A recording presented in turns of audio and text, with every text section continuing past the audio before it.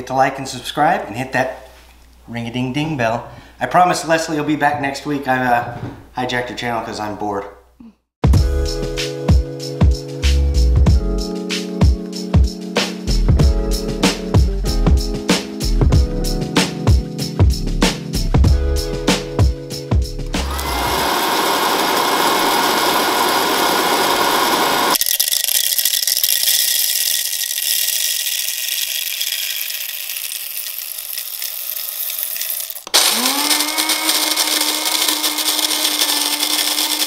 Alright, well, everybody's been confined to their quarters for the coronavirus and jonesing for their coffee fix, so I thought I would go through what apparently is excessive coffee habit. It's a habit I developed while I was deployed to the war, but on deployments we couldn't get good coffee, so we ended up learning how to make our own, and I've kind of carried that forward. And it starts with green coffee beans, and I roast them myself. I actually have several blends that I like to make. Coffee's its freshest for 7 days after you roast it. So if you roast your own beans and then store them, I have an airtight container that I put my coffee beans in. These are actually ground because this is what I'm using. And then I fresh grind my beans. So the oils that are on the coffee are good for, are at their peak for about a week. So roast beans, they need to off gas for 12 to 24 hours. And then you're ready to start brewing. So at home there are a whole slew of methods to make coffee. What you don't see here is a traditional coffee pot. Those, in my opinion, don't do a very good job. So what I've got here is going to be a pour over coffee. I've got a French press. This is going to do a cold brewed coffee, so that won't obviously be ready to drink till tomorrow. This is a vacuum coffee maker, so anybody that liked Walter White. And then I'll finish up with the only coffee machine I have, which is an espresso machine, because I just really like the flavor that it brings out. So your water should be ideally at 200 degrees. So if you get online and buy yourself a tea kettle, these will auto shut off when they get to 200 degrees. So that's the ideal temperature to extract the maximum flavor from your coffee bean. If you get the coffee too hot, like boiling's too hot, it will bring a lot of acidic, nasty flavors out of your coffee bean, and you do not want that. So a preheated tea kettle will get your coffee at the absolute perfect temperature. And while that's heating up, coffee amount. Typically you want 3 tablespoons of coffee for every cup of water.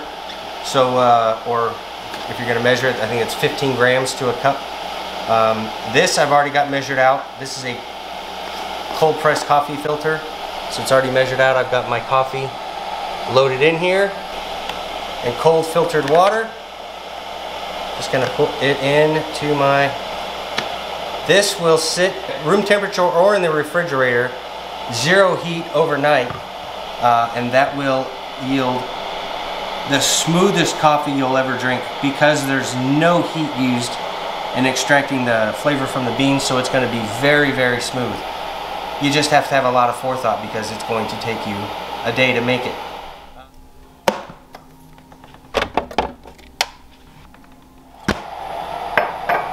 In the pour over, you actually do the pour over in 3 very specific and slow pours. You don't just dump the water in.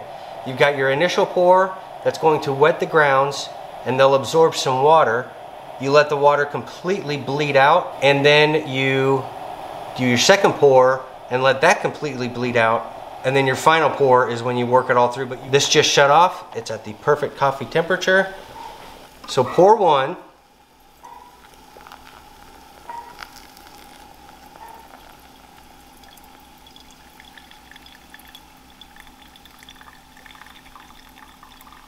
And you're gonna let that settle out. And you see how the grounds have settled out after pour 1?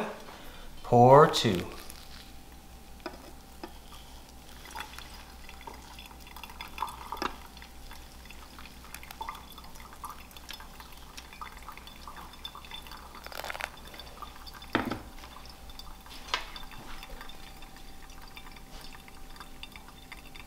All right, with the pour over, that is the end of pour 2, and this should be our last pour. We'll go ahead and fill up, and that should finish out our cup.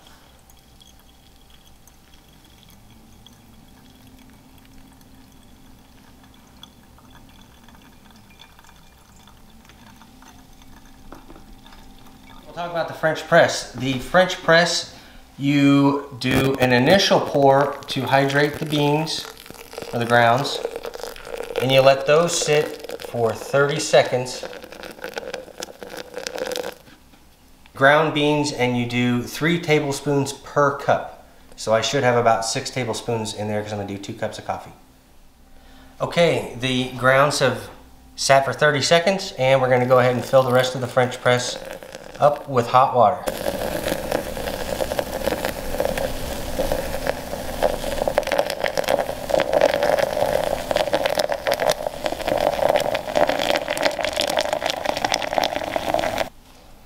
And we'll put the French press lid on and just press it down to the surface to hold all of the grounds in suspension. And let that sit for 4 minutes. Okay, French press is ready. We'll just push it down slowly.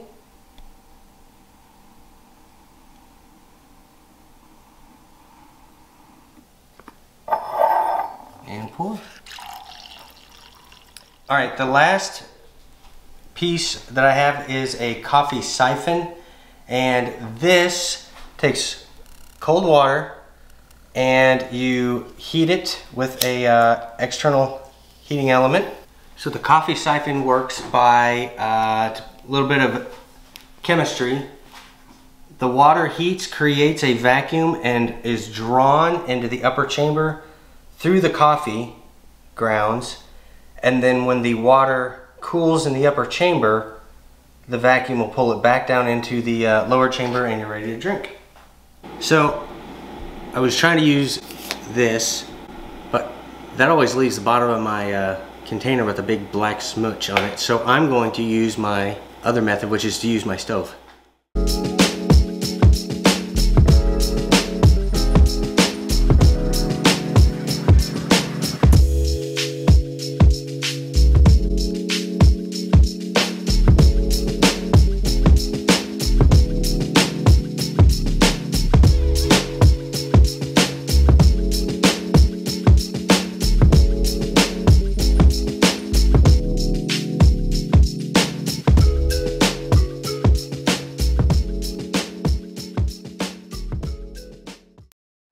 Alright, one of my favorite things to make a cappuccino is the Nespresso, the Arancino.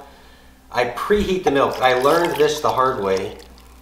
If you just push the button once, it's going to turn red, which means it will heat the milk and froth at the same time. The problem is that actually cooks the milk to the bottom of your frothing machine.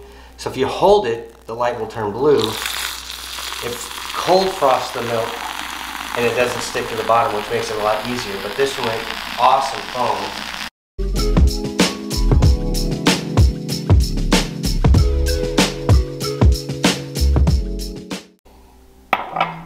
The latte is done. Okay, I poured my cappuccino milk into there, and now I'm gonna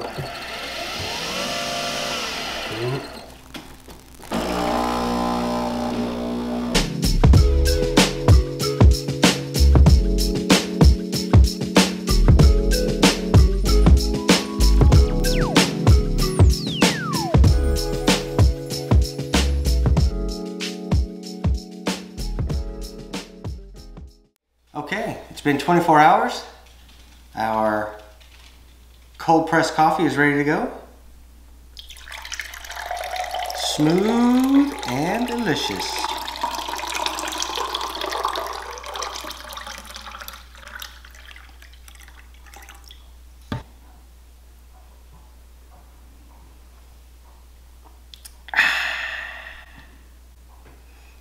Don't forget to like and subscribe and hit that ring-a-ding-ding bell.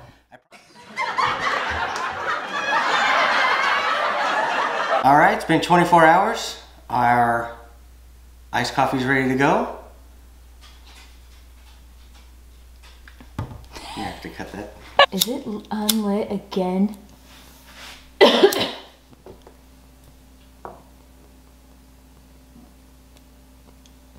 Back in WW Nam Operation Desert Storm Freedom Iraqi. Just kidding. Did it go out? Oh, Jay.